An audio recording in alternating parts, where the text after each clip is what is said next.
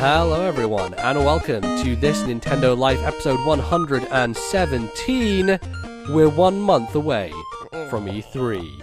My name is NBZ, and joining me on this countdown to implosion is Bally. How you doing, Bally? I'm very good, NBZ. 1 month. It feels like E3 2017 was not that long ago.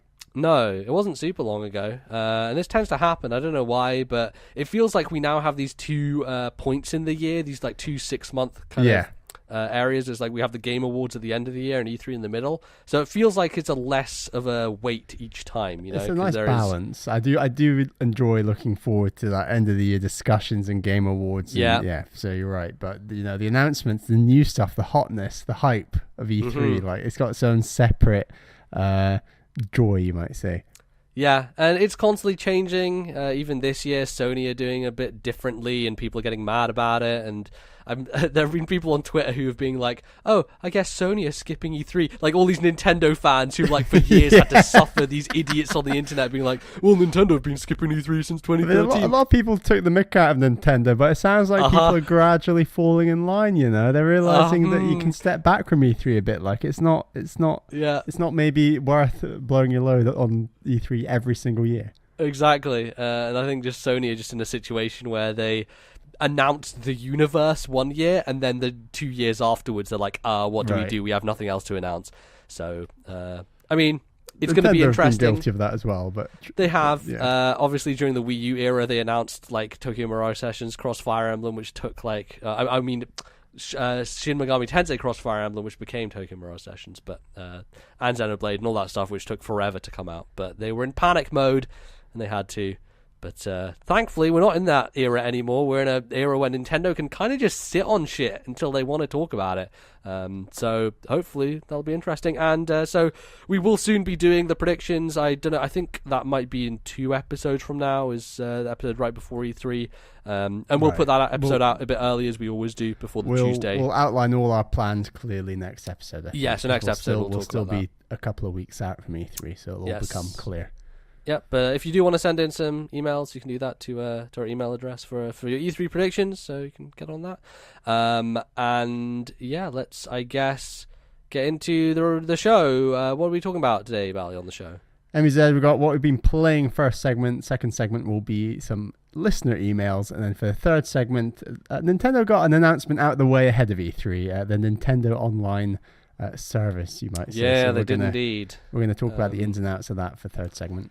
Yeah, we did discuss a little bit of Nintendo Online a couple of episodes ago and what we thought would happen. And, well, there are things that happened. It happened. It definitely exists. So we're going to discuss it and give our thoughts. So, yes, you'll want to stay tuned for that. And also, we will be announcing the winner of our Backlog Club poll at the end of the show. I think we'll probably shoot for after E3 for doing that Backlog Club. But yeah, so get ready for that. Right, well, let's get right into it then, Bally. What video games you've been playing? Have you continued on your Sony Pony bandwagon? I have been playing a couple of PS4 games, but I've not said that ever before. So I finished up God of War. Yeah, and if you want to hear like deep thoughts on that and all of spoilers, we actually put up a spoiler cast on the feed, so you can go check that out. Definitely check that out. We went super in depth on everything story related, and I was I won't spoil anything here, but I was very pleased with the second half of that game and the story. It led to like a nice conclusion. There are twists and turns right till the end. I thought the story was one of the best parts of the game. Like, it was solid. I think that it's just, that game just kept on surprising me till the end, and there's been so much great stuff said about that game, and I'm largely in agreement on all those areas, and I really just look forward to where this series goes next, and like 100%, what they do, and that's just really sort of gotten me into this whole Sony interactive entertainment and wanting to play more narrative driven, often third-person games, which Speaking is what led me on to my next game, which is Uncharted 1, Drake's Fortune. So I picked up the Uncharted collection as well as God of War with my PS4, which of course is the trilogy of the Uncharted games, the first 3 games. All the PS3 games, basically. Exactly. So the first Uncharted came out way back in like 2007. Yes, I believe so. And so like 11 years ago. It's insane. So it's a huge series that I've been wanting to get into for a long time. It was always going to be sort of what I wanted to pick up and play out the gate when I eventually, because I always thought eventually I'd get something Sony related, whether it's a PS3, 4, or maybe a 5 or whatever. I thought I'd get there in the end. So this was always one I wanted to try. Other than watching an NBZ Let's Play way back in about, I don't know, it must have been like 2011, 12. It was 2011 when Uncharted 3 came out. I believe 2012 is when I played it, though. Right, okay. So yeah, I watched your Let's Play of 3 way back then, and my memory is not great anyway, but I think regardless of that, I would have forgotten everything anyway. So my knowledge of the story and all that stuff is really all you remember is not just there. Montages of me dying at certain points of the game, probably. They were very entertaining. They were actually my favorite parts of that Let's Play, was you dying in those gunfights. But other than the main 3 characters of Drake, Helena, and Sully, I really don't know anything about the series. I'm also really not into stuff like Indiana Jones or National Treasure. Like, I've really not watched. I love National Treasure. That first movie is great. I actually watched it again because Giant Bomb have been doing their film in 40s where they basically talk over movies, and they were doing some Nicolas Cage stuff. And I like National Treasure, so I watched National Treasure with their commentary in the background. Oh, nice. It's basically them just getting drunk, just talking over the whole movie. So it's hard to watch it if it's your first time. But yeah, that was fun to see that film again. Really not into those films. I'm really not into films generally. I've said that numerous times on the show. So I was, from a narrative perspective, I was sort of going through. I'll talk about gameplay in a second, but I was going through the story thinking these characters are great, their interactions are nice, but I mean the plot's fine, like nothing's really twisting or happening. It's like they're going after this treasure, and then like you got a quarter of the game to go, and you're like, how are they gonna wrap up this story? Like, what's even gonna happen? And I think by that point you know that Sully's back with you. I'm just gonna spoil the whole game, by the way, for people who are wondering. Jesus! All right, let me put a thingy timestamp in the description. It's an 11-year-old game, MEZ. I know, but like there are lots of Nintendo people who listen to the show who maybe never played them. So if you're like me, a Nintendo person, it's a long time until you're gonna play Uncharted. I'm putting out the warning now. I'm gonna spoil everything. All right. Okay, here we go. So the big twist that I had no idea was in this game is all the zombies. Yeah, fucking zombies, man. I was like, what? And like, so from a plot perspective, I think they're great. I think like, I really didn't know that there was a supernatural twist on the Uncharted series. I thought it was very much based in realism. And guess what? That's literally every Uncharted game. It's a supernatural twist. That's fine, because I think it'd be difficult to reinvent the story and keep it interesting, maybe, if it was purely as realistic as the first half of the game is. They definitely lean away from that later in the series. Like, as they get... Like, Uncharted 4 is a more serious game, and as such, like, it's less kind of wink at the camera, I've murdered 1,000 dudes, Nathan Drake, even though you still kind of do that. Right. But yeah, this first 3 games, the trilogy, both stick to a pretty similar structure. So okay. So like, I was very happy that like this like he wasn't trying to get the gold, he was trying to stop people getting the gold, and it's like, because the gold is cursed, and like that the lead British villain actually becomes like cursed, and then he's shot in the head, and then his number 2 becomes the main bad guy of it right at the end. It's like, wow, yeah, this is great. It's a bad boss fight that I remember being frustrated with it. The final boss fight, it's tough, but I it was always going to be a gunfight, I guess. So right, and it's just, that's one of those things, like, I really don't know why they do final boss fights in Uncharted games, because none of the rest of the game has any stuff like that. You know, you never fight bosses, quote unquote, in these games, and so it feels like a very video gamey thing that they felt like they had to include. You have to have a big final thing, right? Exactly, and it doesn't necessarily make sense within the context of the game, but you know. Whatever. Yeah, I agree. It's tough, but it took me quite a few tries, but I was fine with it generally. So zombies I thought were great from a plot perspective. In terms of a gameplay perspective, I was like, oh god, this is because it really horrible. Changes to like more close-up melee stuff. They're getting in your face, and it's really difficult to get them off your back. You say melee stuff, and they come right at you, and you think you can just beat them up, but you can't. Like, you have to shoot them. You can't actually defeat them with using melee combat. It really twists the formula, because the whole game you're just hiding behind cover constantly and like pop shots and and like I don't know whether this was on purpose or just the way that it ended up being designed, but you just feel slightly too sluggish and slow. And these zombies really run at you. Like they're running on all fours. They're running at you hard. And I was kind of they were bearable for the most part, where I'd like gun them down, get through, and the lighting is really dark. I'm like, God, I didn't realize Resident Evil was happening in this game, and like what is going on. And so I'd get through a wave, and then I'd work out next room to go to. But then there's one room you get to, and I looked this up online, and it's the only place in the whole game with infinitely spawning enemies, and it's the boiler room. Yeah, and they're coming out of like grates, and they just keep on coming.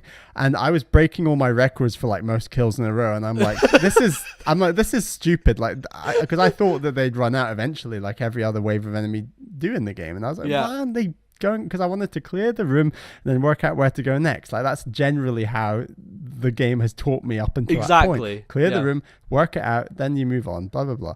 So I was really struggling to like stay alive, defeat them all, and then I realized, oh, actually you're just meant to go ignore them and basically go to this other room, unlock the gate, and then go through that gate. And so I just did that eventually, and it was just like, man, like this game would be so consistently strong if they just toned down that zombie bit. I don't even mind necessarily that they're there, and like I said, I think they add a lot to the plot, but like in terms of a gameplay mechanic, they just really, they feel so different. And it's literally in the last quarter of the game, or even later than that, like the last fifth of the game. And by that point you want the story to unfold, you want to get to the end, you want to plow on, and they just really feel like they're pulling you down on that. Not to mention, like, they're really freaky, and like we don't handle that style of like horror and gameplay well at all. So it was a bit of a shame, but I got through it in the end, and I do like the final reveal. And then, like I said, the British guy gets cursed and shot, and then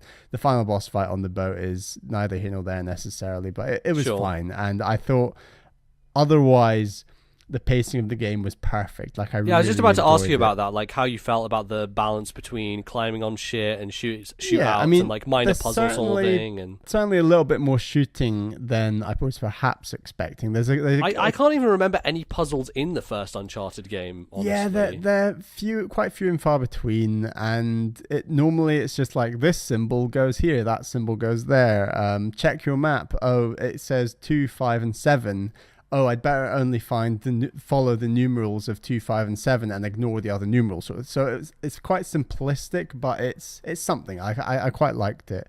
I just think there were occasionally some gunfights where there was just one too many waves of enemies, and it was just like, right, I get it. That's definitely a thing I remember from the first game. Yeah, but I mean, I enjoyed that shooting combat and the whole cover shooting element way more than I thought I would. And like properly managing ammo, picking up different guns, getting used to the feel of different guns, picking up sniper rifles, picking off guys from like miles away on rooftops and things. Like I was really getting used to that and found it really enjoyable. I think that it takes a lot of patience, but you gradually get there. And for someone like me who's so inexperienced in third-person shooters, I kind of picked it up pretty quickly and got into it. I think that some of the platforming maybe hasn't aged quite as well as you might think, and certainly going from a game like God of War where you basically can't fall off to a game like Uncharted where there were quite a few unclear jumps. And like this remaster does actually look very, very good, but there are still some areas where it's like, which ledge do I go on to next? And it's like, oh, okay, right, it's that one. And some of the signposting on ledges you can and can't go on is maybe a bit weak in parts of that game. And you do have to remember that like this game basically invented that idea, so they iterated on that throughout the games, and it becomes much more obvious later on. Like they have the white kind of indication or the yellow indication to like this is a thing you can climb on, and that improves over the series for sure. And like I'm really looking forward to the rest of the series, and I'm really glad I played this one. And you'd always said like, I'd always go like, so I'm going to start with 1, and you'd always be like, but there's one bit in that game, Pally, and I was like, oh, okay, right. And then I was enjoying it so much, I was like, what's that one bit Emmy's head keeps referring to? And I was like, oh, it must be this bit, the zombies. But I thought overall it was great. I think the story's great, the characters are great. I got into the combat, which I was skeptical of before playing the game. I was like, I really hope I enjoy the combat, and I really did. They do break things up a bit more in terms of that, where you have like the kind of jet ski segments and then like the truck segments where you're shooting. Yeah, the truck. I really enjoyed the truck. I think the jet ski was a little bit like stop and start, where you're like, you gotta go a bit, stop, shoot all these guys, go a bit, stop, shoot all these. It doesn't feel as smooth where the truck it was driving automatically down the road and you were just responsible and you're just focusing shooting. on firing. Just felt a bit smoother, but I'm excited to see, like I said, where the series goes. I've got 2 and 3 waiting to be played, and I'll probably play 2 in the next few months. But I just need a little break from the action adventure, maybe. And I've got a Metroid Prime in the meantime, so I just need like an action adventure break after Metroid Prime 3, probably. But so I've started playing Severed, and on Switch, and I'll talk about that next time. But great. Uncharted, it's pretty great. Well, Valley, you're well and truly converted now to the Church of Sony, so I'm going to have to ask you to leave the show. Unfortunately, we'll never return. Just as I come to the party, they pull out of E3. What a shame. Absolutely. So I've been playing some games, quite a few games, actually. So we actually got sent a review code from WayForward, who are very kind to send Shantae Half-Genie Hero on Switch. And I dug into that because I hadn't played that one. So they put out Pirate's Curse on 3DS, and that was part of the Humble Bundle, if I'm correct. I think Pirate's Curse is also on Switch, actually. It is, yes, because we actually got sent a code for Pirate's Curse as well, but like I'd already played it, so I didn't download that one and get into it. But I hadn't played Half-Genie Hero, and Half-Genie Hero, I believe, was the Kickstarted game, which they had been doing for a while, and people were waiting for it to come out, and it eventually did. And so this Ultimate Edition, I believe, has like a bonus campaign with one of the enemy characters, like Risky Boots or whatever her name is, and there's like a bunch of like speedrun modes, and there's a lot of stuff in this, and I believe if you get like the Ultimate Day 1 edition, you get a bunch of extras, your standard kind of crazy collector's edition stuff if you're into that. But I was just playing through the main story, and I think I prefer this game to Pirate's Curse overall. It's not really a Metroid game, it's much more standard linear levels. But the difference is that you still go back to those levels for certain aspects. And if you remember in the other Shantae game, I had the issue where I was like, oh, I've got to give this map to this octopus to get this thing for this other guy, right? There's quite a lot of random backtracking. Yeah, random backtracking, which I wasn't a huge fan of. And the way they get around it in this game is they actually have this place in the main square, which is like a tutorial hut or like a hint hut, where you go in and you talk to this woman, and she says, like, she gives you basically hints for like what you're supposed to do next. So even if like I'm not a huge fan of the backtracking idea, the fact that I have someone there who can point me in the right direction of where I'm supposed to go to kind of move on and get the item that I need to progress the main story was a great idea. Like, it's something I think they needed to do, because I just wasn't a fan of just going online and asking the internet for what to do. It just meant I didn't need to do that whatsoever. So that's cool. But like, I actually kind of enjoyed revisiting these levels, and the reason why is the main hook of this game is that Shantae can transform into a bunch of different forms. So she can be a mermaid and swim underwater. She can become a monkey who can climb up walls and then sometimes do like a dash off the wall to get some horizontal distance. She can transform into a little crab who has less mobility under the water but can fit into tight spaces that the mermaid couldn't be able to. And slowly you upgrade over time, and you get like the ability to attack with them, and you get the ability to just go to different places. And overall it made it so that a lot of the environment opened up and changed when you went back to those levels. One level in particular has these kind of grooves that just look like decoration on the wall, and later on you get a power-up which turns you into a tiny little mouse, and that mouse can basically fit into the grooves, which just look like scenery, and use them as a way to traverse the environment and get to different places. So I thought that was a really neat idea, that these levels, when I first went through them, I was like, man, Shantae's level design is really boring, because it's just enemies and going sideways, and it doesn't seem like they thought a lot about it.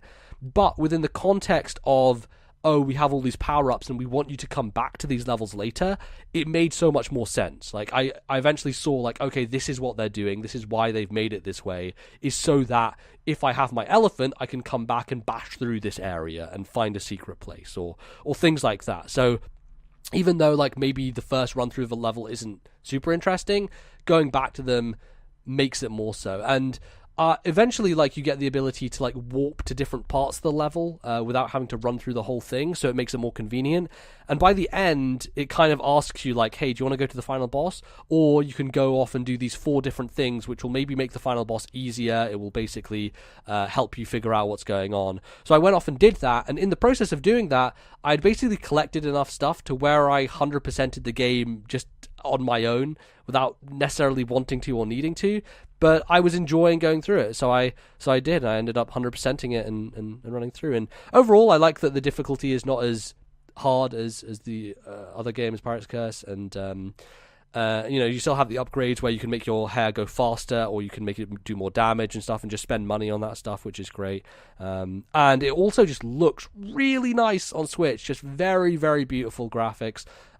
Just the 2D artwork on a Switch screen is always going to be amazing, and that's why, like, whenever indie games come to Switch, I want to play them on that screen, because it's just looks phenomenal. So is it the same engine as Pirate's Curse? It's not, no, because Pirate's Curse was more sprite-based. This is much more like hand-drawn style, The backgrounds and stuff are still 3D renders, but Shantae and all the enemies are basically like hand-drawn characters, as it were. So like the character portraits they had in 3DS game, basically your actual character kind of looks more like that as opposed to a sprite. Okay, right. So it fits better into the world, I guess, because like your character portrait and your actual character look more similar. So yeah, it works out well. It's solid. I enjoyed it. I think maybe it's a little overpriced for what it is. Like, it's kind of a short game, but I guess that's where they have the bonus content. Like, they have the speedrun mode, they have all this other modes and stuff, and the extra kind of DLC stuff that had come out before, and they just packed in. Picking up on a sale, maybe.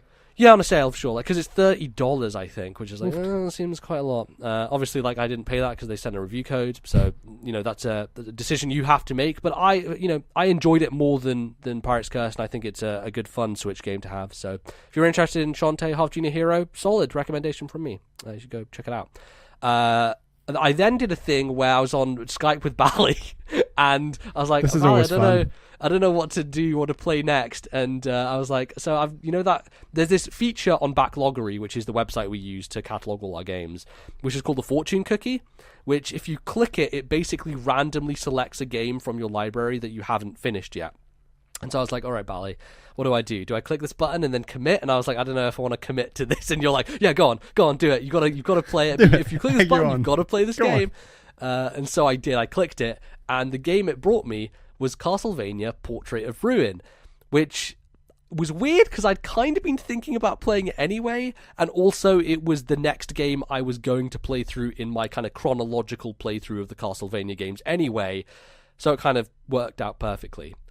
So last year I played both Aria and Dawn of Sorrow. Aria of Sorrow being the final GBA game, which most people consider like the best one of this kind of 6 games on GBA and DS. And Dawn of Sorrow was the first DS game. So Portrait of Ruin is the second DS game. And this one is different in a lot of ways. So the first major difference is that you have 2 characters this time as opposed to 1. And you can either switch between both of them, or you can have the system where you have both characters on screen at once, and you're controlling one, and the AI kind of controls the other. So it just basically helps you attack enemies, like do damage while you're attacking.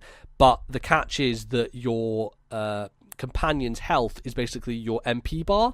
So if they take damage, like the MP goes down essentially. So you have to manage whether you want that or not. Like if you're going to be using a lot of sub-weapon attacks like the axe or the knife or whatever, or if you're using like some special moves and you want to have a full MP bar, then maybe you don't want to have the second character around. But I found it kind of useful because they would make killing regular enemies a lot faster. Like when you're running through corridors and you're just mowing people down, I think it's better to have that second person there with you. And I thought like that's a neat idea because they also have these combo attacks you can do, which one of them that I really liked was this crazy knife throw thing where they both just like this splash screen goes on screen and they both like charge together and just go and they throw out like 500 knives at once and it's fucking crazy and does a ton of damage to enemies. And so that stuff is neat. There's no like deep systems in terms of like the card system from Circle of the Moon or the kind of monster become like you turn into different or you use different monster powers for different weapons weapons in Aria of Sorrow. Like, there's nothing like that necessarily. Are there quirky DS functionality minigame things? No, so that's the one thing, is that they kind of got rid of the touchscreen bullshit from Dawn of Sorrow, which I was pleased with, because that was definitely the weakest aspect of that game, and why it doesn't rank so highly in my kind of view of the series is like, after every boss in Dawn of Sorrow you had to draw this symbol on the screen that was like, oh no, I have to pull out my stylus and oh god, and if I mess it up I have to kill it again. It was just really bad. So it doesn't, like, they learned the lesson and they kept the good parts of the DS, which is, hey, have the map on the top screen, which I love, just having the map on one screen and the action on the other screen. Really good idea. I like that a lot. The one thing this game adds, which is a little bit different, is a quest system. So you can kind of do these side quests. There's this character at the beginning of the game who's like stays there the whole time, and he's near the shop as well. So you go back to this kind of area a lot in the game, and yeah, it seems like they have these little mini challenges that you can go and do, and I didn't really go out of my way to do them because I don't think that style works too well in this game, or in this style of game, so I wasn't super into doing side quests, but it was there, and apparently the next game leans on that stuff a bit more, so I'm curious to see what they do. But yeah, that was just a weird thing that I didn't expect. It's like, oh, here are some weird side quests that you can go off and do.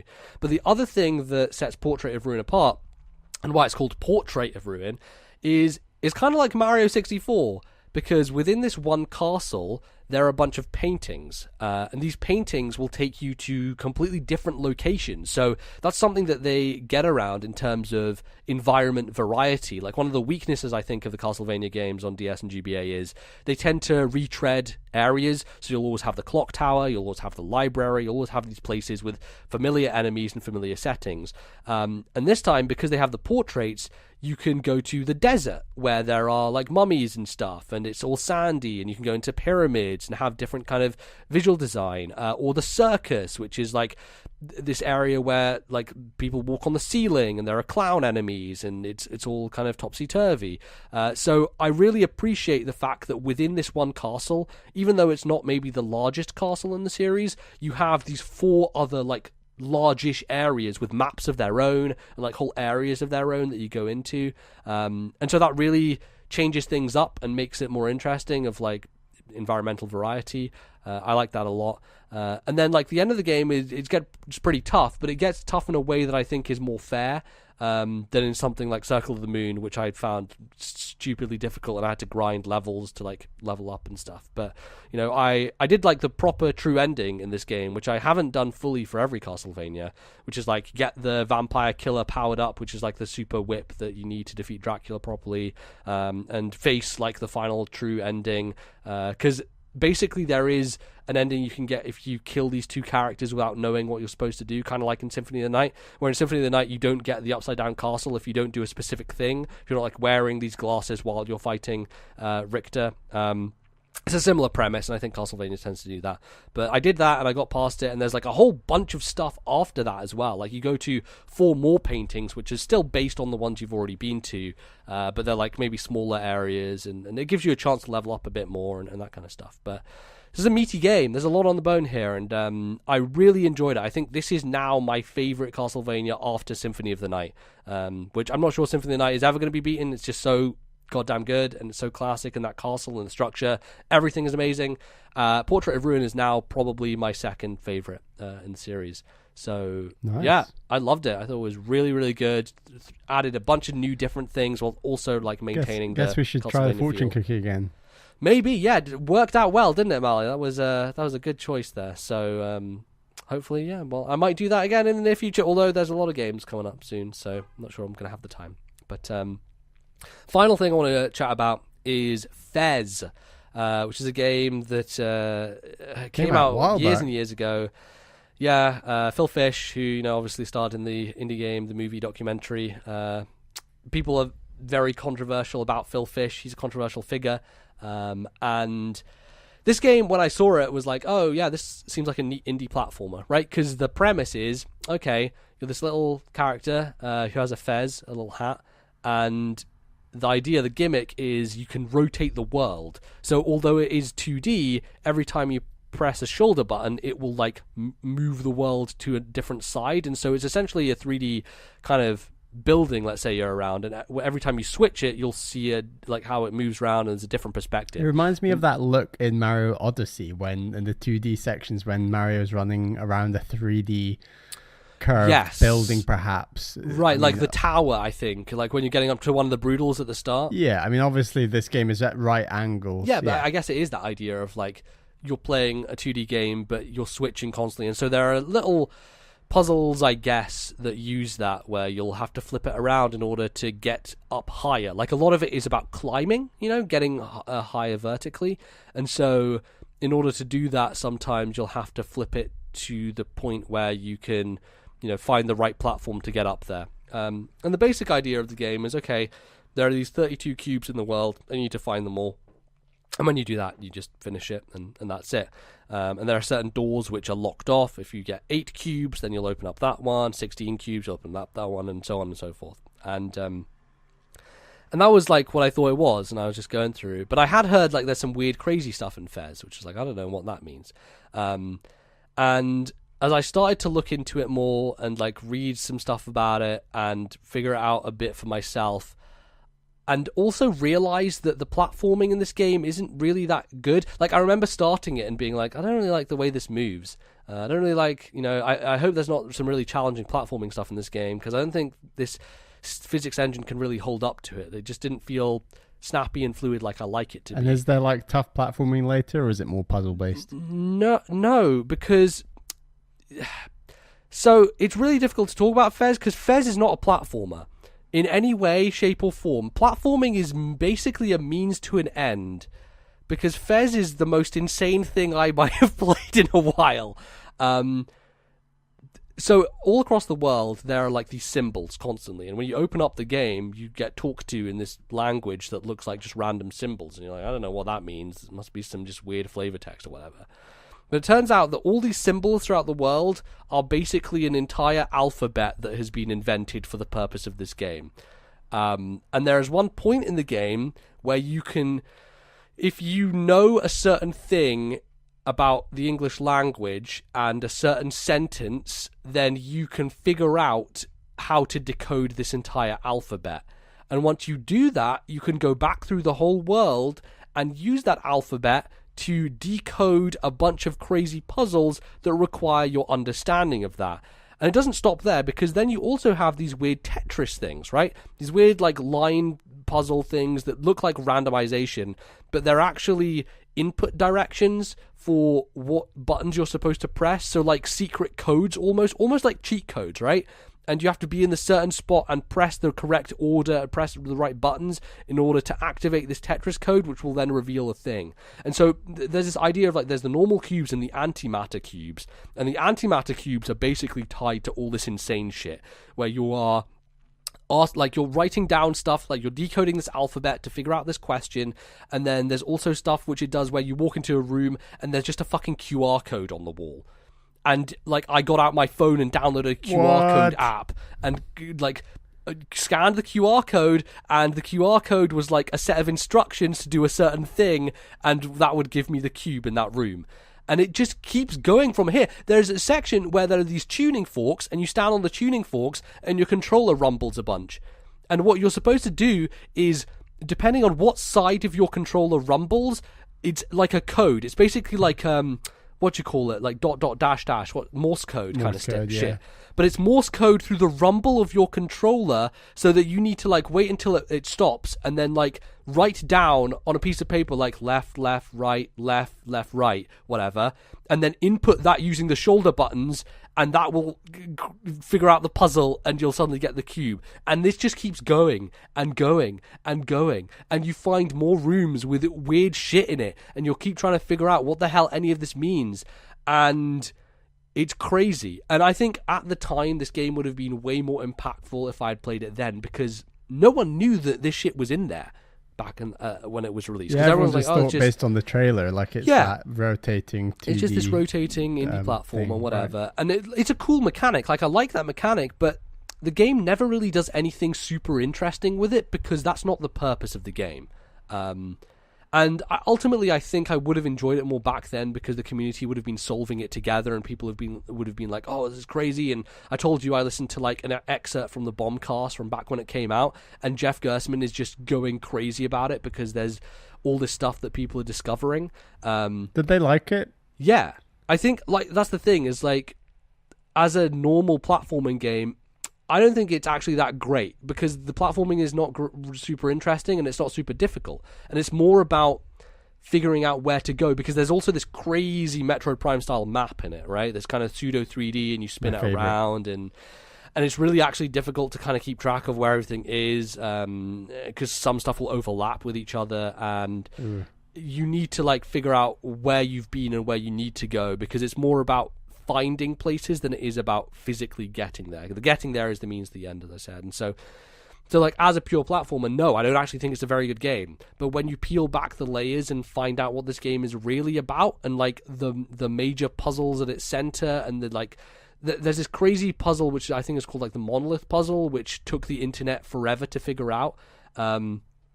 That I myself would never do like personally, but I think it's fascinating that this game existed and the way that it changes like people's expectations about what it could be and everything. And yeah, I didn't do all that stuff because I think honestly it's more interesting for me to go look it up and not necessarily do it myself because it's all out there now. Just because it's all out there, it's far less fun for me to like lock myself away and try to figure it out, especially because you kind of need to be insane to like work out a lot of these different puzzles.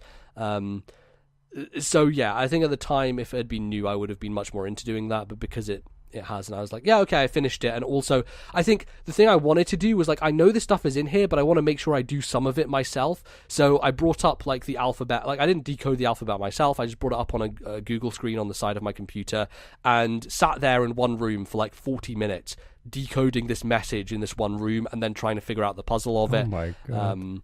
And was it was fun? Cool. Yeah, it was fun. Like I enjoyed doing it. Like some of that stuff gets a bit menial. Like just decoding stuff gets a little bit rote. It's not super interesting or engaging, but just the act of doing that stuff. And like I tweeted out a picture of like an A4 sheet of paper with my random scribblings on it and like LTRT and just like Tetris cubes in different places, and all of it looks like insane nonsense, but it was fun for me to dig into that stuff a bit just to get the idea of what people were doing back then to crack the code essentially. And I think I got the best of both worlds because like I finished the game and also like did some of that stuff. I know there's more of that stuff in there, but I got the idea. I get the idea and it's crazy and it's really cool. So yeah, Fez, it's a thing. It's definitely weird. So you can check that out. And that is pretty much going to wrap us up for this segment, but don't go anywhere because after the break, we shall be back to discuss some of your emails. See you in a second.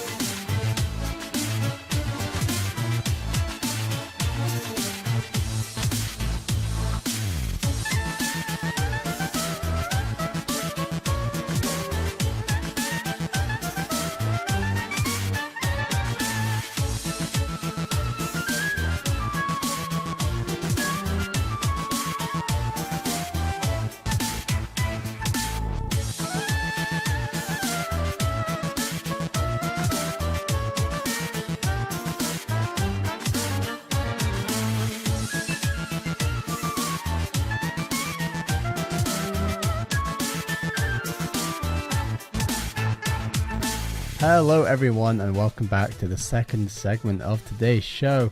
It's time for your emails. But before we start, I should say there are two ways to get your questions, your comments over to us. They are, of course, our email address, which is ThisNintendoLife@gmail.com. That is ThisNintendoLife@gmail.com. And, of course, you can post questions into our Discord server. So make sure to head on over there, post a question, and join the chat. We get lots of chats going on over there, and it's a great little community we got going. So we'd highly recommend that as well. So, our first question is from Colin H, who's from the internet. Hello, MBZ and Bally. I hope you're both doing great. Right, on to my question. Lately, my partner has been wanting to take a more active role in some of my interests, including playing video games with me. She is not a gamer herself, but grew up with brothers who are gamers, so video games are not completely foreign to her. I was wondering if you guys could recommend any good co-op games for the Switch that would be perfect to show someone who isn't all that familiar with gaming. Our go-to game currently is Mario Kart 8 Deluxe, but I am looking to branch out and show her new things. We've already tried Snipper Clips and Overcooked, and boy, that didn't end well. Those games are essentially couples therapy, the video game. Anyways, thanks for the amazing podcast. Cheers, Colin. All right, well, Bally, I think this is your arena because you've been playing a lot of kind of co-op style games recently. On Switch. And there are some good ones out there. Me and Caroline have played quite a few now. And yeah, Caroline wasn't massively into games either. She was perfectly aware of them, played some growing up, but then was like, actually, I want to take more of an interest in this. Let's give it a go. So we started with Mario Kart 8 on the Wii U, I should say. And yeah, we played a lot of that. I think it's a good pick up and play game. It's easy to get into. I'm still surprised that you haven't picked it up on Switch yet. Like, I would have thought that going, because there was a period of time where you're like, oh, like, I'm playing Mario Kart every day, and I'm like, wow, getting really back into it. The day that I complete my Wii U backlog and unplug my Wii U and put it away in a box is probably the day I buy. You know what day that is? It's the day that Super Smash Bros. For Switch comes out. Right. No longer will you need the Wii U for anything else. Yeah. No, I gotta play that Darksiders 2. That's what's sitting there waiting to be played. Okay, sure. Okay. Darksiders 2. That's the real monkey on your back. Shovel Knight King of Cards is going to come on. Oh, right, because you got the Wii U version. I am pretty happy that I stuck with the 3DS version for Shovel Knight. It's looking better now. Yeah. Yes, it is. Yeah. Other games we've tried. Then we went from Mario Kart into Rocket League, and it just took off. We are a good 50, 60, 70 hours of Rocket League played, and we still play quite a lot of it. Not quite as much as we were playing, just because other things have got in the way. But I think that's a great game if you're into that more competitive style. Do you play any Rocket League online together, like cooperatively we as a team? We did a little bit, and you just bump into the most insanely good people, and Rocket League becomes a game that's, rather than played on the ground, is just played in the sky at a certain point. Sure. I mean, I don't know how good their matchmaking is, right? Because what they are doing is they're pulling players from Xbox and PC as well. Because that's the thing. Is like Sony have their own little pool on the side, and then Switch and Microsoft talk to each other, basically. So you have a bunch of players who've probably logged like 2,000 hours on PC who are being paired up with people with 10 hours on Switch, which I don't know how well they've done that stuff, but you do notice because you'll see the Nintendo avatar on the player if they're a normal player, and it'll say something else if they're like it's something it's something we need to try more, because there's so many different modes where you can find other players that we've just not found our mode, and we're so happy just playing versus each other with bots on the hardest setting that we've kind of not moved beyond that, but we should totally give it a go. I mean, like, it's not that you necessarily want to do this, but like if you want to improve, like I guess playing online against those people will teach you how to be super well, like controlling in the air and being able to pull off crazy shit like that. Because there's only so far you can go if you're just you versus each other. So that's sort of like the versus games we like to play. But Colin mentions like Snipper Clips and Overcooked. So me and Caroline have played both of those games. Caroline wasn't as much of a fan of Snipper Clips. It's a much shorter game. There was some issue, like some screen thing that was making her feel a bit ill. It's hard to explain, but there's a 3D effect in that game that if you suffer from motion sickness like she does, it can affect. So that's one issue. I feel the pain. Yeah, but Overcooked is probably like her favorite multiplayer game we've ever, or favorite gaming experience we've ever even done together, to be honest. I think she really, really liked that. So Colin, if that didn't end too well, I'm a bit concerned with the whole co-op thing, to be honest. You've not mentioned Lovers in a Dangerous Space Time, but honestly, if Snipper Clips and Overcooked weren't working well for you, I don't think that game is unique in its own sense, in a way that it's still that sort of panicked, stressful atmosphere similar to Overcooked, where you're trying to do more tasks than you have the ability to do, essentially. So I don't think that if you dislike Overcooked, you'll necessarily like Lovers in a Dangerous Space Time, but maybe it's worth a go. What my suggestion would be, honestly, is and this is something me and Caroline have also done, is we sort of just play a narrative-driven game together. So I'm normally on controls, but certainly, so earlier this year we downloaded and played together Oxenfree, and it's like a short story-driven game. It's maybe 3-4 hours long, and I think we had a really good time with it. And that, of course, that's not both of you playing the game, but it's certainly both of you involved in the game. And like, she was helping me with some of the story choices I was making, and like, I think we had a really good time. And like, that's the story in that game's pretty interesting, and like, I enjoyed it. I tried playing Night in the Woods with her later, and she kind of fell off the story a bit on that one, but I personally kept going and really enjoyed that game. Do you think that's more to do with the lack of voice acting in that game as opposed to Oxenfree, which is voice acted, because maybe it like gets you more engaged and you don't have to necessarily pay full attention because you're hearing it, you know? To some degree, but I think it was more just sort of the themes and things weren't really her cup of tea. But we've also downloaded and it was on a sale recently on Switch, Thimbleweed Park, which is another sort of story-driven traditional adventure game. Thimbleweed Park is definitely more like adventure gamey, so I wonder if like working together to solve puzzles and that kind of thing could be a good thing as well. Yeah, and like I've already said to her, why don't you play this one and I'll sit and like play it with you and watch with you and things. So honestly, Colin, like if the whole co-op gaming versus gaming thing isn't working, I think story-driven, narrative-driven experiences, often short-term ones perhaps, just to start out that formula, see if it works, I think could work really well. Maybe the Telltale games, I know that there's a couple on Switch. I've not tried them yet, but that's something I'd like to try. Now that I own a PS4, I'll probably play those in that format, but just because it'll probably run better. For sure, 100%. Yeah. What other narrative-driven games? I don't know. There's a few out there, but like I think also you can think about things like even, you know, Mario Kart Double Dash, where I remember I often played the role of item person when we were younger when you were driving, you know, like having that kind of less pressure, but also still playing a role, like you can knock into people on the side and stuff like that. So if you're looking for an older game, which may potentially come to Switch, depending on how Nintendo does that stuff. And cool, like hopefully there'll be more co-op games that come to Switch.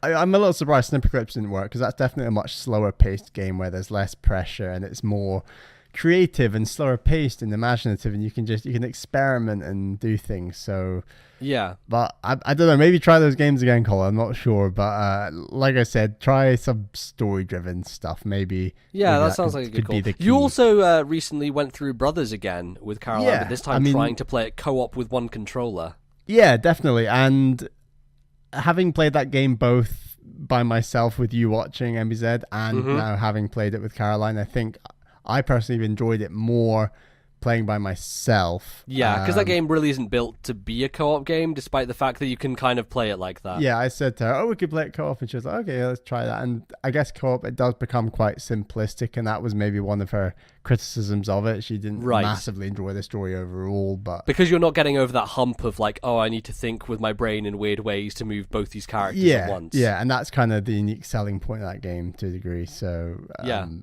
maybe try Brothers. It's a good combo where it's co-op and story driven, and there's few games like that, which is quite nice. But yeah, Colin, good luck. Hope it works. Let us know how you do, and we'll maybe throw you a few more co-op games in the future. And if all else fails, just pull out a Contra game, because nothing ever goes wrong with that. Oh my god, I can't believe you didn't suggest Contra. Well, I mean, like Contra is a little. If Overcooked and Snipperclips are like causing tension, my god, Contra will like break that up really quickly. Exactly. Although I don't know, when we played together, I found like it was more of a bonding like experience. You know, it really brought us together. Like, we've got to do this. We've got to figure out strategies. Like both of us together, really backs up against the wall is a cool feeling. But I guess that is a feeling you get in two-player Overcooked as well, just maybe to a lesser degree. Sure. But yeah, so thanks, Colin, and good luck. But our next email is from B King, who's from Sweden. Hey guys, how are you doing? The Switch has an ever-growing library of games with a great variety of genres, although I think that certain genres are lacking still on the system. What I would like to see is a good simulation racing game or arcade-style racing game. Sure, there are games like Gear Club Unlimited, but that still feels like a mobile game to me. There aren't any console-quality racing games. Other than Mario Kart, there isn't a whole lot. On Xbox, there's Forza, which has both simulation and arcade-style racing games in this series, and PlayStation has Gran Turismo. But Nintendo is lacking a series of this kind. With Nintendo branching out and wanting to reach newer audiences, I could see them making their own racing game with real cars and real tracks, much like Forza and Gran Turismo. They obviously want to avoid making a game that can be mistaken for Mario Kart. The problems the Switch has that would make it hard for such a game to appear on the platform are the power of the system and the lack of analog triggers. But if anyone could get around this, it would be Nintendo themselves. This could in turn be one of the games they could release around the launch of the online service in September, if that isn't being delayed any further, by adding a good online mode, but maybe that is just wishful thinking. What do you think? Are there any genres that you think are lacking on the system, and what genres do you want Nintendo to try out? As always, I love the podcast. Keep doing what you're doing. You guys are great. Greetings from Sweden. All right, well, thank you very much. Bally, I know that you kind of thinking about getting back into some racing. You had Need for Speed on Wii U. That was the last time you went into like kind of simulation racing game. Do you think Nintendo would be able to do that? Because for me, I'm very skeptical about it, you know, like because Nintendo are built around IP and characters more than anything else. And they've maybe strayed a little bit from that in terms of like, hey, Mii's aren't really characters, and you know, ARMS is very character driven, but it's like this very varied roster. Splatoon actually doesn't really have like individual characters. It's more just, hey, you're an Inkling and you can customize your own Inkling in that sense. But with a racing game, there's not really characters to draw on if we're talking about things like Forza and Gran Turismo. Yeah, I mean, as much as I would love Nintendo to try something semi-realistic or at least arcade style driving game in the future, I just want them to like stick to what they've done in the past when it comes to racing games. Like I'd love to see Wave Racer F-Zero, and I've said that numerous times on the show, but before we start begging Nintendo to make their own Gran Turismo spin-off, I'd way rather they just come back with a fresh version of either of those series. And they are slightly more character driven and represent Nintendo better, and at the same time tick that box of having a good racing game that's not Mario Kart on the system. Yeah, I think that's what most fans would want overall before that. And I also think I don't see Nintendo as having the expertise in those areas. Like, the reason Forza is so good is because the people making that series are very passionate about real cars, right? Like, they really know them inside out, and they want to put their best foot forward. Like, Gran Turismo is the same. It's like, the thing they show off constantly is like, look how we've modeled this thing. Like, look how good it looks and compared to the real thing, and like the feel of it when you drive it is just like the real one. They're trying to replicate it. And they're paying real premium prices to get all those like licenses and contracts and things. Exactly. So it's just really not in Nintendo's sphere of they've not really they've done a few licensed things in the past, I believe, but nothing to that degree. No, and you know, I think that's not where a lot of the passion there lies. Is because it's drawing, as we kind of discussed about like the differences between like Sony and Nintendo's first party, is like the gameplay comes first always, and whereas Sony it's like the idea or the story or the like the thing you're building it around. We're going to replicate sport. We're going to replicate World War II. We're going to replicate. Yeah, it's like just like Western third parties generally do that thing better, and I don't think Nintendo should try and compete on that level. I think it would be smart of them to maybe try and get another company on board to make one of those games, not necessarily exclusive for the system, but like a version of one that could work. And the thing is, like, both those series that you mentioned are both exclusive to the other platforms, so there's no chance in hell of those coming over. So I don't know what EA are going to do with Need for Speed, if they're going to bring back Burnout, but again, those are more arcadey as opposed to simulation. But maybe let's move into other genres. Like, what are the things on Switch that you feel are underrepresented right now? Well, I'm sure it's going to come at some point, but it's that real-time strategy game, you know, that Pikmin. Mm-hmm. I'd love to see that back. I think it's highly likely it will come to Switch. It's just a matter of time. Of course, Pikmin 4 is almost done, Bally. I mean, we that know was this. Like 4 years ago. What's it's going finished. on? Miyamoto said it was almost finished, so, you know, it's coming down the pipeline. We're just going to wait for it. But other genres I'd like to see more of on Switch.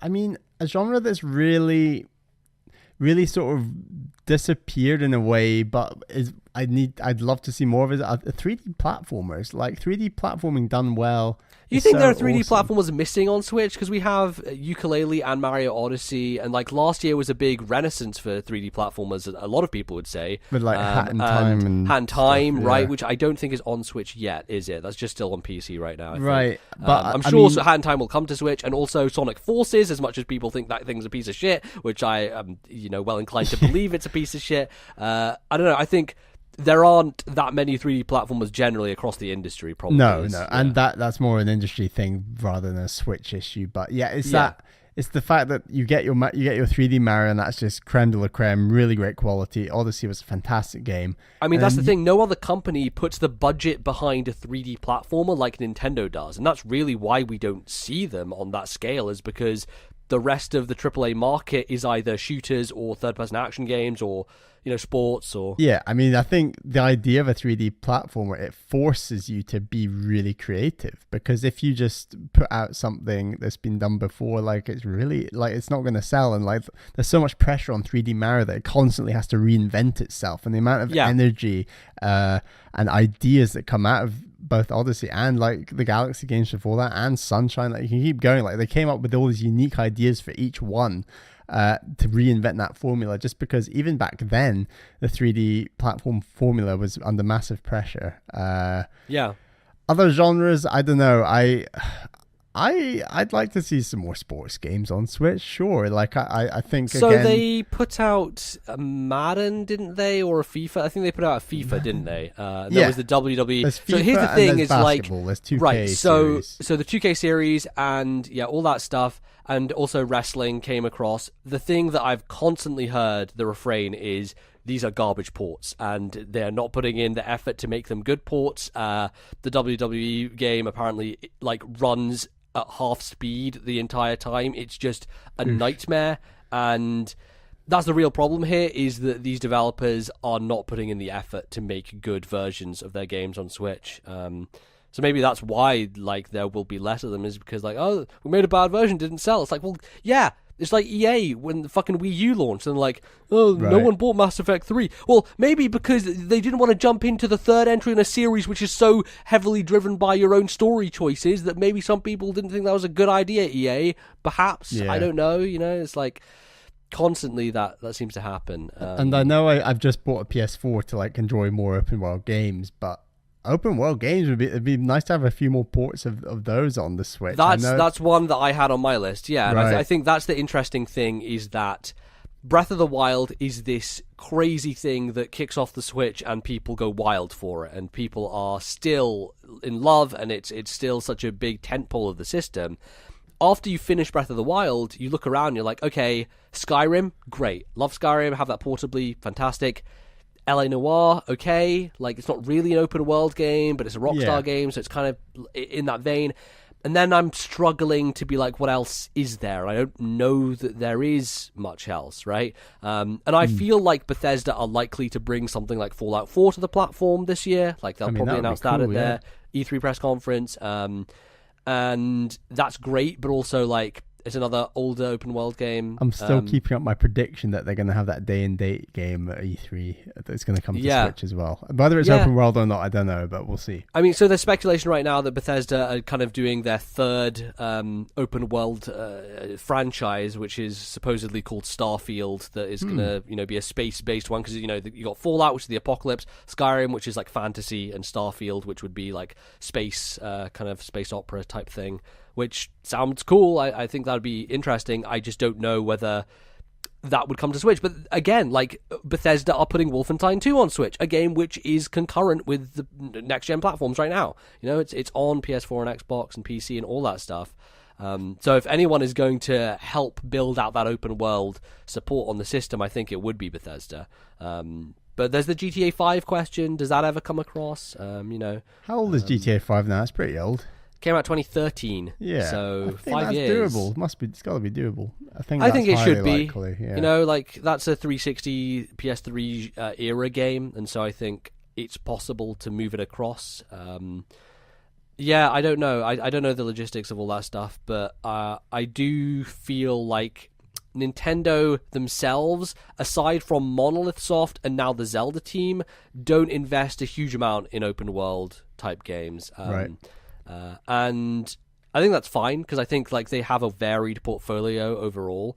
But the thing is if you're bringing people into your ecosystem and you give them something that's like, oh wow, I want more of this, you should probably try and invest in trying to find more of those types of games to satiate that audience, right? Because like even Caroline said like she wanted to chip in with the PS4, partially because a lot of these big open world games that you can't get on Switch, right? So that's the thing. I mean, we had Horizon last year, Spider-Man coming later this year, and Red Dead 2 this year. Like, it's just chock-a-block with them. Absolutely. And there's more to come. That's not even including Assassin's Creed, which, of course, right? is huge. Yeah, Assassin's Creed is another one which like they could potentially do that on Switch. They'd have to pare it down a lot, especially when you look at something like Origins, which is just so massive and like very, very detailed and in a very different way to something that Nintendo makes. So there's potential there, but I wonder if it's too compromised, and I don't know how Ubisoft are a good partner for Nintendo, obviously, and they have Mario and Rabbids and all that stuff. But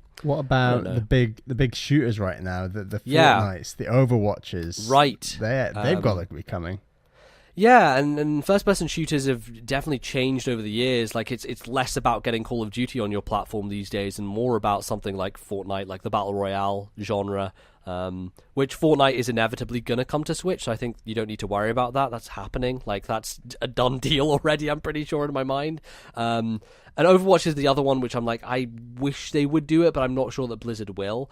On the note of Blizzard, card games are a thing that I think is probably lacking. And I think the Switch is unique in it's a touch-based platform where something like Hearthstone would work tremendously well, right? And Hearthstone is only on iPad and PC, basically, right? It's not on any other platform, not on PlayStation or Xbox or anything. So Switch could be a great way to get people wanting another portable version of Hearthstone, potentially, or one that they could play on the TV as well. That could be a thing that they could do. And then, like, I was also thinking, like, general third-person kind of action adventure style games, which you can lump Mario and Zelda into in some degree, but that kind of narrative-driven thing is the purview of different companies, and I don't think Nintendo will have many of those popping up on their system. The one thing that I did think was, like, you were talking quite a bit about narrative games in the last email, but I think the more walking simulator style first-person narrative game is one that I think should come to Switch more often. Yeah, and Firewatch just got announced. But you have things like Gone Home and Tacoma. You have The Vanishing of Ethan Carter. You have Edith Finch, obviously, from last year. Stuff like that, I think Nintendo could do well with. And they are... obviously they're 3D games, but they're not demanding games. They're often made by independent studios. They're more pared down. They could run on Switch more suitably, and I think that those style of games would work well on the system as well. So a few more turn-based strategy maybe could be nice. I think we've got some coming up here. We've got Wargroove on the go. Mario plus Rabbids is already on the system. Yeah, and obviously Fire Emblem is coming this year, hopefully. Hopefully we'll learn more about that at E3. It'll be interesting to see if Switch becomes like 3DS, which was just chock-a-block with Fire Emblem games. Oh my god, please, yes. I will devour them all. And, I'm sure Intelligent Systems will eventually return to Advance Wars, so that would... love for that to happen. But yeah. Thanks very much for email beaking. And as I said at the top of the segment, we always need more emails, so please send them to ThisNintendoLife@gmail.com. That is ThisNintendoLife@gmail.com. We always need more. That's all we've got time for this segment, but catch us in the third segment where we're going to be discussing Nintendo's online offering on Switch.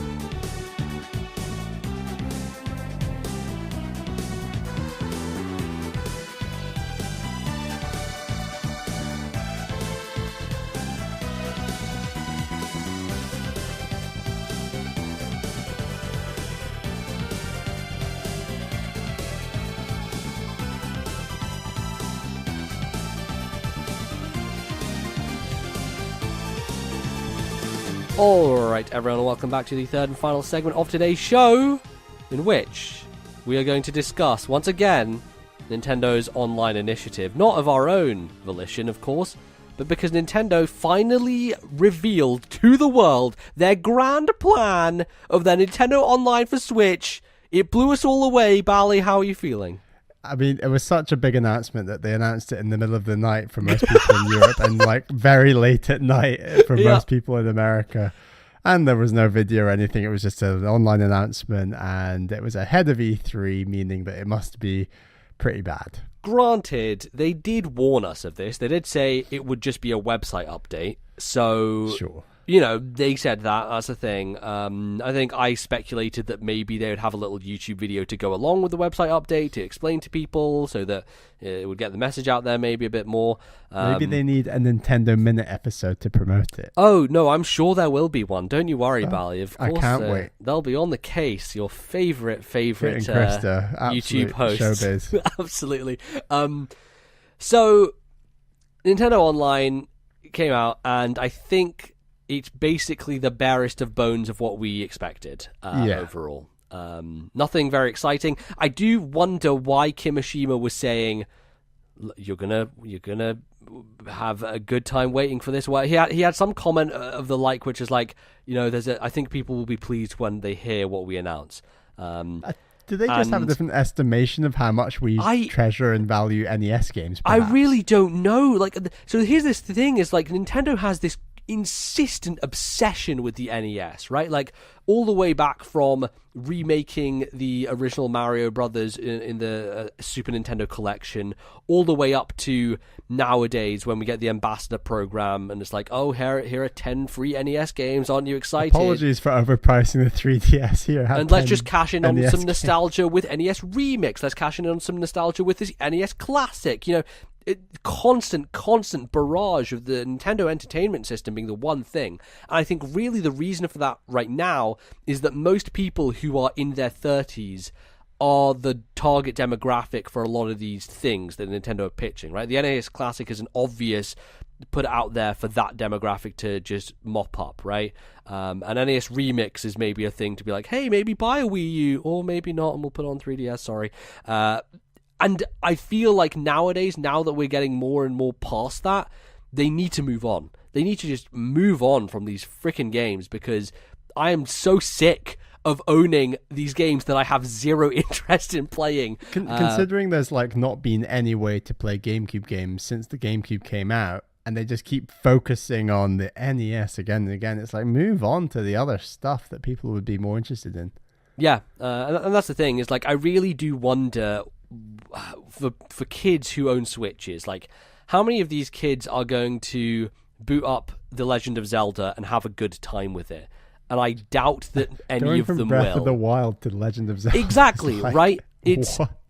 And I obviously, like, I think we both respect and understand the importance of these games, but I just don't think they're very playable today or that much fun, right? And that is it's a generational gap, it's a divide, but it exists, right? And it is important to realize that Nintendo's core audience, if they're going for a younger market, is growing out of that and away from that because they didn't, have nostalgia for it and didn't grow up with it. And so we have the announcement that basically what they're doing, as opposed to, so their original announcement was like, okay, we're doing these 3 NES games, right?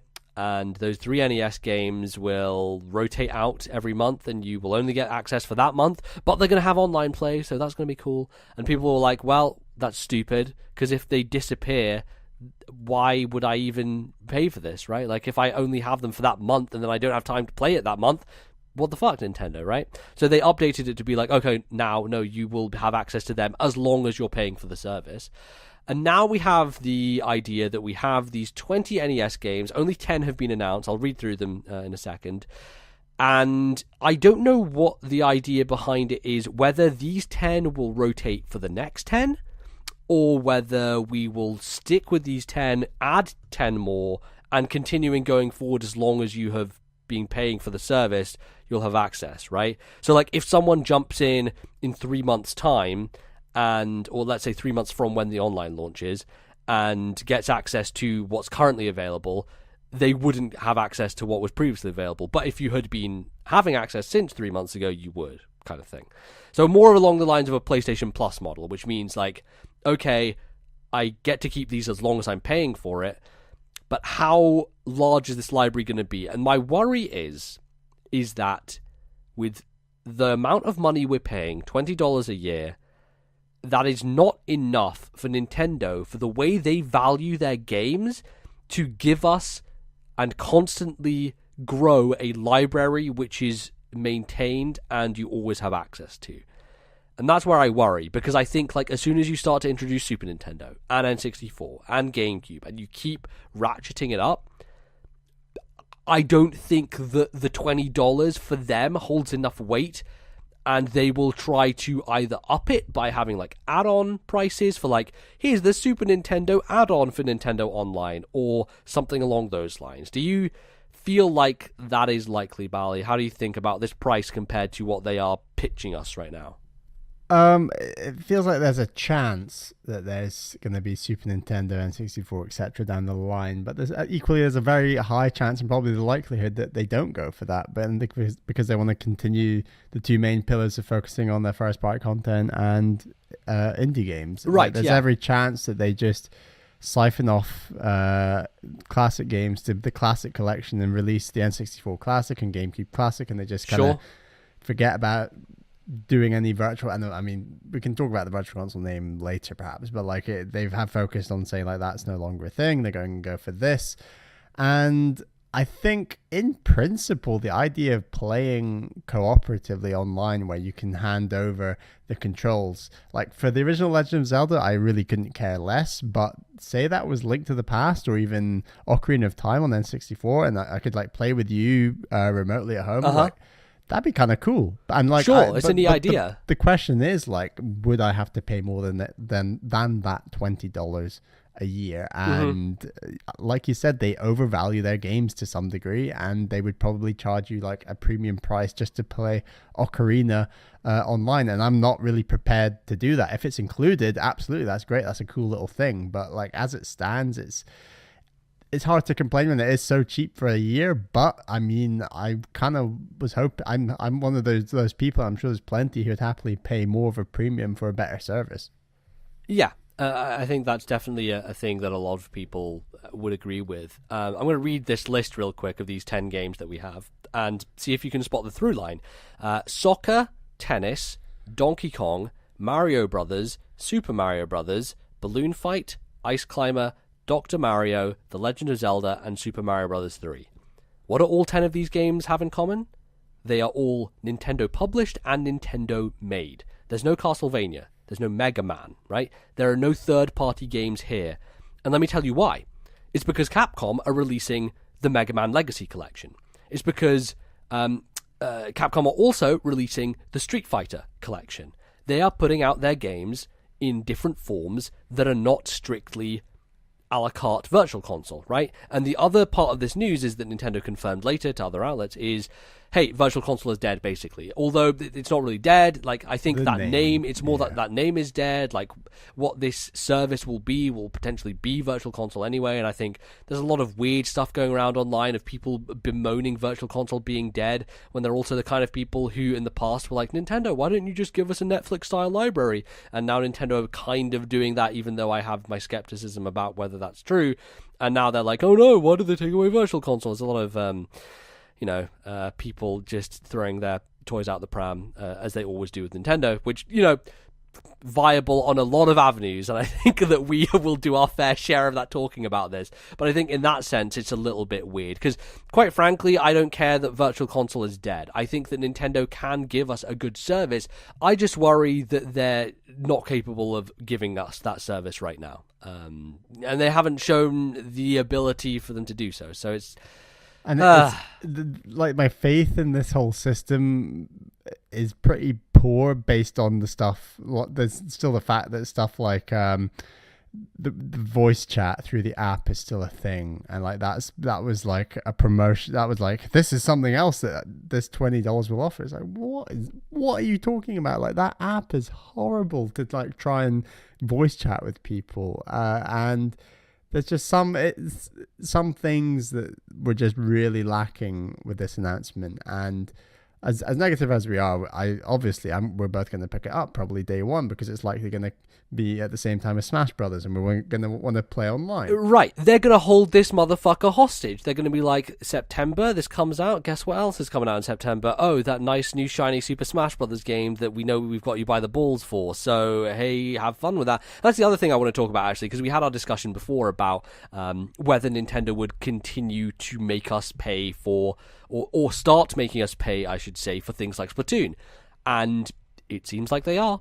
Seems like they don't care. Seems like they're like, nope, you have that for free. Now we're just going to charge you for it with really nothing added. Like, actually, they're not adding anything. They're just saying, now this thing that previously you had for free, we're not improving it in any significant way, and now you're just having to pay for it. And that kind of sucks, you know? Like, what? It's very, very weird for them to have spent this whole year and a half of not letting their customers pay for online, and then suddenly introducing it with benefits that are like so minor and crazy, and some which are being a bit more controversial, because like cloud saves, for example, are the only way you can back up your saves on Switch, as opposed to having a hardware-based solution where you could put it on a hard drive or a SD card. Did you listen to the Nintendo voice chat where they were talking about this and the process of, like, say right now my Switch was stolen or lost or whatever. I believe the process is that, of course, I can get all the games back that I had, apart from the cartridge-based ones, obviously. But obviously I lose the save data. And I'd actually have to speak to like Nintendo customer support to like log out my account from my existing Switch, the lost one, and then buy the new one and log in again, and I can download all those games for free, but I lose my save data. Now with the cloud saves, I think that process is the same. It's just that now, along with downloading the games that I'd previously bought, I'd also be able to download the save data as long as it was backed up in the cloud, I guess. So you'd still have to go through Nintendo, even if you had cloud saves? Like, you have to go through Nintendo. And I mean, there must be a different way of doing this, but the idea that, say, I can't log into my account to multiple Switches because that allows me to download free games, essentially. So, I believe it's still the case. Because I guess they still just tie hardware to account in a way that is very, very asinine, like absolutely so far in the past that it makes zero sense. Like, because any other piece of hardware, you just log in with your account and you just have access to things. Yeah, right? And it logs you out of the other account, perhaps. Like it'll say like, or even on something like an iPad or an iPhone, like it's just consistent between the two. Like Apple don't mind. Apple are like, okay, go ahead. You own both these products. You're in our ecosystem, whatever. Yeah, I can duplicate a software package that I've downloaded from Apple. Yes, but I can't keep going with that, if that makes sense. Like, I've just moved my laptop from one laptop to another. Sure. And my old laptop had it had duplicates of the software on that system, but But I believe when it comes to like their tablets and their phone stuff, you can like my sister on her phone and her iPad will have the same stuff replicated across it. Right, you can use both of those at the same time. And you know, Sony will have their own weird hoops to jump through and that kind of thing. But like, my Steam account exists across everything. Like my laptop, I just log into Steam and it's there, and I have cloud saves from wherever just instantly. Like I can, as I said, I played most of Hollow Knight on my laptop. I went home, picked it up exactly where I was on my desktop. No problem, ease of use, perfect. And that's the thing, is that Nintendo just have zero ease of use when it comes to their online infrastructure. It makes it way too much of a hassle. And it sucks. And the other thing is like, because we're paying so little for online, it's not showing any reason for them to improve their service substantially. Like, we have these minor things. It's like, okay, we're paying for cloud saves, which fine, Sony makes you pay for cloud saves as well. Nintendo aren't giving us another solution, but okay. They're giving us NES games right now, which it could improve, but right now it's NES games, and then it's just like being able to play online. And I guess the other thing that they did say is there will be like special deals, right? Like, and one of the things that I can compare it to is if you have PlayStation Plus and there's a sale on, the PlayStation Plus members will get a bigger discount than the regular people. So that could happen. It's like if a sale happens, I could get Owlboy for, say, 50% off as opposed to 40% off, right? Something like that. That would be cool. I think it's quite unlikely, but it'd be very cool. Well, I mean, what else does that mean, though, right? Because, like, it says that special deals will be available for members. Does that mean, like, more... it's probably to access more NES games. Does that mean more My Nintendo-esque stuff, right? Because, like, that's the thing with My Nintendo is, like, what if the Nintendo Online, the deals you get is just a higher percentage discount on a fucking My Nintendo thing, right? Like, how stupidly Nintendo would that be, and how perfectly Nintendo would that be? Yeah, it would just be... it's very likely. Oh, very my likely. God. Like, just now thinking about it makes me want to die. I can't bear the way they handle this. The one loophole here, right, is that if you want to be smart about it, they do have the offer of a family membership, which is a cool idea, right? Like, you can have it across multiple accounts, multiple systems. I mean, the issue isn't that it's too expensive. The issue is that it's not very good. And this solution, this family pack, is just a way of making it cheaper. It doesn't actually make it any better, I guess. No, it doesn't. But, like, I don't know, if you, me, and Ali T split that, 3 ways or whatever, and we can get it for a cheaper amount, potentially, that's a thing that we could do if we wanted to. I don't know if it's a hassle to do that or if it's worth doing that, but, I'm sure there'll be people across the internet, with their families or friends just trying to take advantage of it, because it seems like it can be taken advantage of. And that's the other thing is, like, I feel like Nintendo's eShop efforts and everything have this weird loophole thing where they can be taken advantage of. Like, I can go to any region store and download a game from there. I did that with Skyrim because Skyrim was on sale, but it was also like 6 or 7 quid cheaper if I got it from, I think it's the South African store or maybe the Russian store, one of those. And your card worked fine and stuff. Exactly, and my card, as long as it works in that region, like my card won't work for North America, it won't work for Japan, as you found out when you had a nightmare trying to do Mario Odyssey or whatever it was. So like, that's great that I can do getting around the systems, but with this, it's like I don't have any desire to, it just feels so blasé. It's just not anything exciting. It doesn't inspire confidence. It's the bare minimum. And if there was going to be Super Nintendo games or N64 games coming later down the line, why wouldn't you just announce that now with it? Like, that's right, give people something part to be excited about, maybe. Like, have some bells and whistles. Or just say more games on other systems will be coming in future. Just a line like that would make us be like, oh, maybe it's not all bad. Right, and in that case, it would mean that more people would want to sign up day one. And quite honestly, if you're not a Smash Brothers fan and you don't really play Splatoon online, there's no reason for you to have this service, There are not many other games that operate online in a meaningful fashion. Rocket League is one of the rare cases. Minecraft is one of the rare cases. But those are also games that are leveraging other platforms. The only reason that those two games will have such large user bases is because Switch players can play with Xbox and PC players. And it will constantly be... And they're also really big games as well. So aside from those, and aside from Nintendo's first-party efforts... I don't know that there's any other reason, right? No. So no, it's and like 100% is like the bad announcement ahead of E3, which is hopefully more full of good announcements. Sure. And if they were really proud of this thing, if they would have shown it off at E3 shortly and not beforehand. They would have done a direct announcing the Nintendo Online plans, or they would have put a video on their YouTube channel being like, let's break down the Nintendo Online service and what you get for subscribing to it. And they may do that closer to launch. I think they probably will. They'll probably have a kind of PSA thing that they usually do with all their new stuff.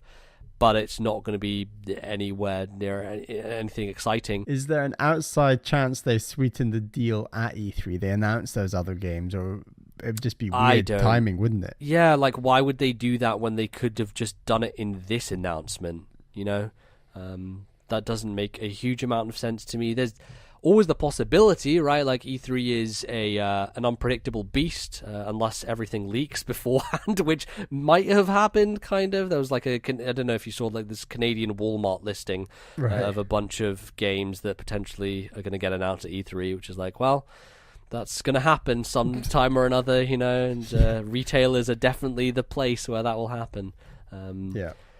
But my biggest issue with all of this, and I tweeted a little bit about it, is how long will we have to wait for anything that isn't an NES game? Because Nintendo are historically glacial at updating the classic games they have. First off, we're over a year and a half into the life of the system, and we're only just getting NES games. How long are we waiting to get Super Nintendo games? How long are we waiting to get N64, nay GBA, nay GameCube games? I foresee a future where GameCube support gets announced in the year 2022. You know, that's seriously where this is right now, because that's how slow they are to adapt when it comes to their classic collection. And I looked back on it, and it was, I think, 3 or 2 years after, maybe 3 years after the Wii U came out, that they announced Wii and GBA backwards compatibility. Or maybe it was N64, I think. They really do see Virtual Console in a sense and classic games as an extension strategy rather than a strategy that can sell units earlier on. And like, it was so painfully late when we got Super Nintendo games on the 3DS, let alone we never even got Game Boy Advance games unless you got the Ambassador program. Right, and that was the weird logic of Nintendo during the Wii U and 3DS era. It's, hey, let's put the portable games on the Wii U and let's put the console games on the 3DS for no reason other than, I don't know, we feel like it. Like, it felt like there was no strategy there whatsoever. It doesn't make any sense. There were like random directs, like just saying, oh, and here's N64 games and Wii games on the Wii U and GBA games. And it all came at once. And it was like, what? They've just announced 3 new systems or something on the Wii U at once. But it was also like, okay, here are these games, like 5 games, and then let's not update any more of them for like 3 months. And then maybe we'll start putting a few more out. But that's what it was. It was the Metro Prime collection, and then I think maybe Donkey Kong Country Returns or something. And it was slow, then it was nothing for so long. And Nintendo just haven't proven to us that they can't fill the gaps with the classic releases. And maybe, if we're trying to be optimistic, they'll be faster about it. What if, because this is a monthly thing, you can potentially pay monthly for this, right? They should have something on a monthly basis that updates. But I don't think that's going to happen. I think we're going to be stuck here for 6 months with these 20 NES games. And then they'll maybe update it after that. You know, that's the thing. They could have a great job and they could be like, okay, this month is these 10 and you keep them as long as you're subscribed. Next month, these 10. Next month, we're going to give you 5 Super Nintendo games. Next month, we're going to give you 3 N64 games. And that would be amazing. In that case, great, Nintendo. I'm on board with your new system and how it's working. But they have, in this entire announcement of this online, where we still have to use the fucking phone app, which is a goddamn travesty, and maybe a worse travesty than no, not Miiverse. What's the thing that I said is the worst travesty? My Nintendo. My Nintendo is the worst travesty. Miiverse was great. I enjoyed Miiverse. The phone app is awful. They inspire zero fucking confidence from me. Zero. Especially with this whole announcement. So, you know, I'm not in a great place when it comes to this stuff. I do not think that they can handle it effectively. I just don't know. There were some pretty low times with the Wii U era, and it feels like this announcement is kind of in line with a lot of that. It is like this is Wii U era Nintendo all over, but now they have a system that people like, and so now people are paying attention to them, and maybe people are giving them a bit more of a pass on this because of that, you know, and that's fine. Like, I understand that some people are gonna not really care when it's $20 a year, but ultimately, this $20 a year is giving us games that we have owned already 1 billion times, or it's making us pay for online that was free before, or it's giving us cloud saves and not giving us an alternative. And that, frankly, is, I don't know if it's worth $20 a year, honestly, you know?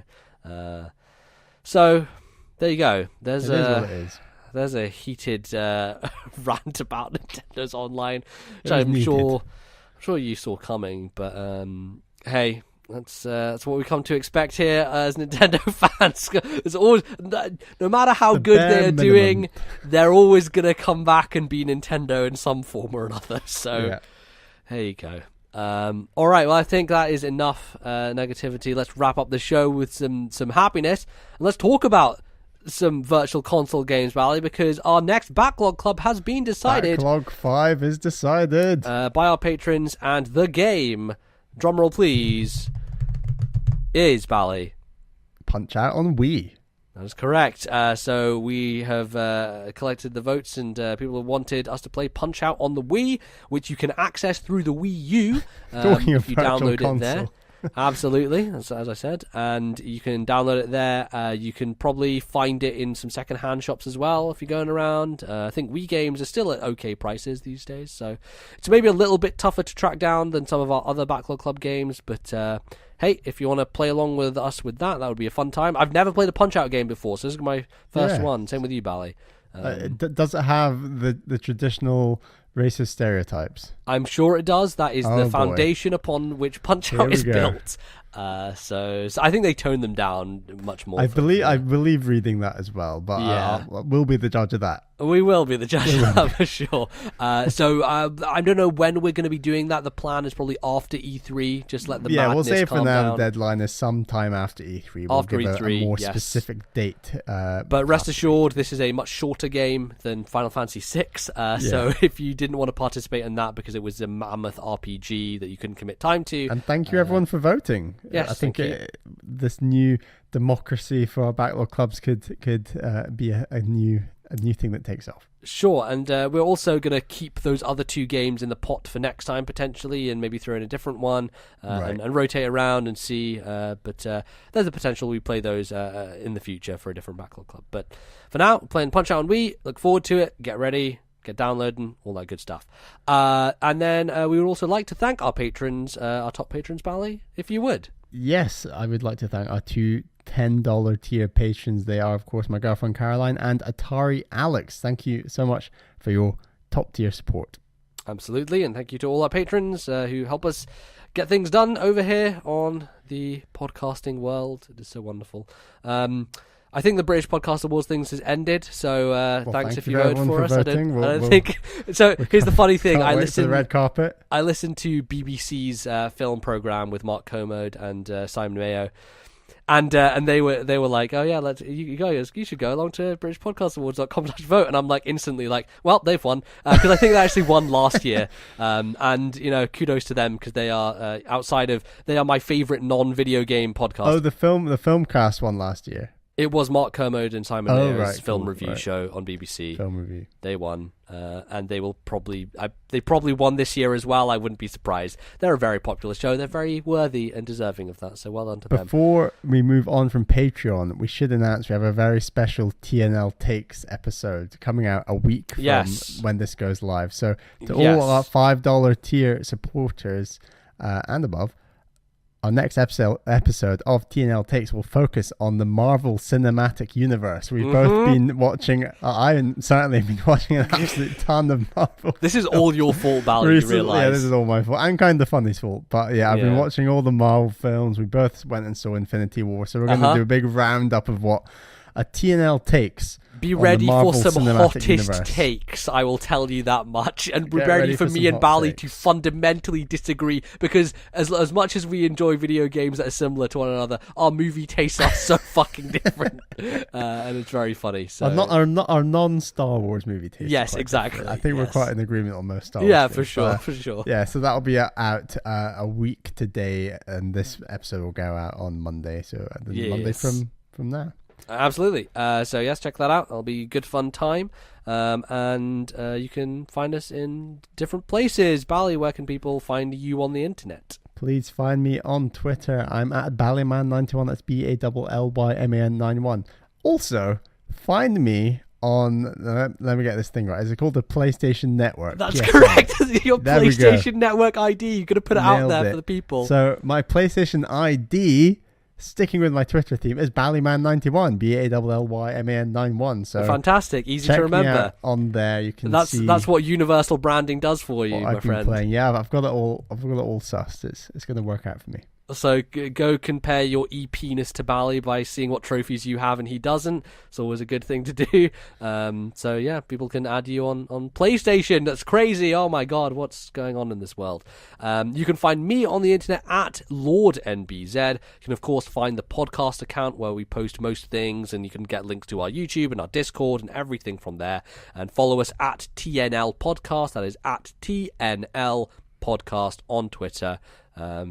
That's good. It's a place. You should find us there. It's the best place to go, where we're going to be posting links to Discord, latest episodes from Patreon. When the YouTube episode goes out, it all goes up through. Nice little reminder place over there. Good little reminder. And of course, you can send us emails to our email address. And we need some more. We always need some more. So, Bally, where can people send those?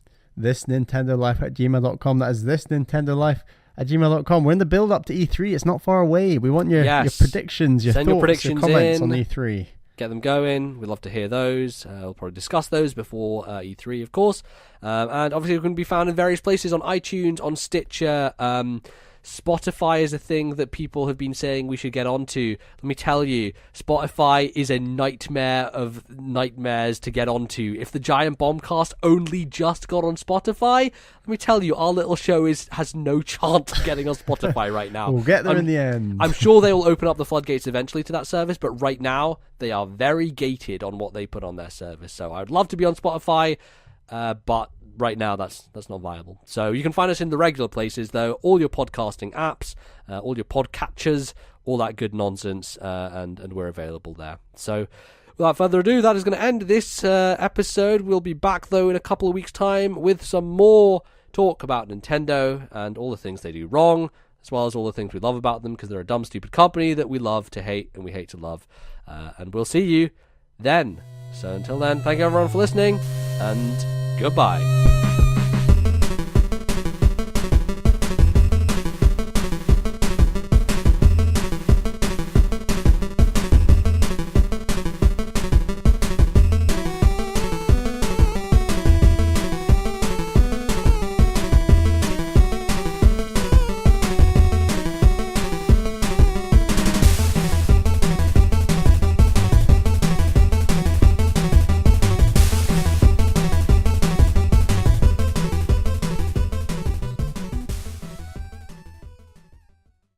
The musical interludes used on today's show were Scuttle Town from Shantae, Half-Genie Hero, copyright Way Forward 2016, and Invitation of a Crazed Moon from Castlevania Portrait of Ruin, copyright Konami 2006.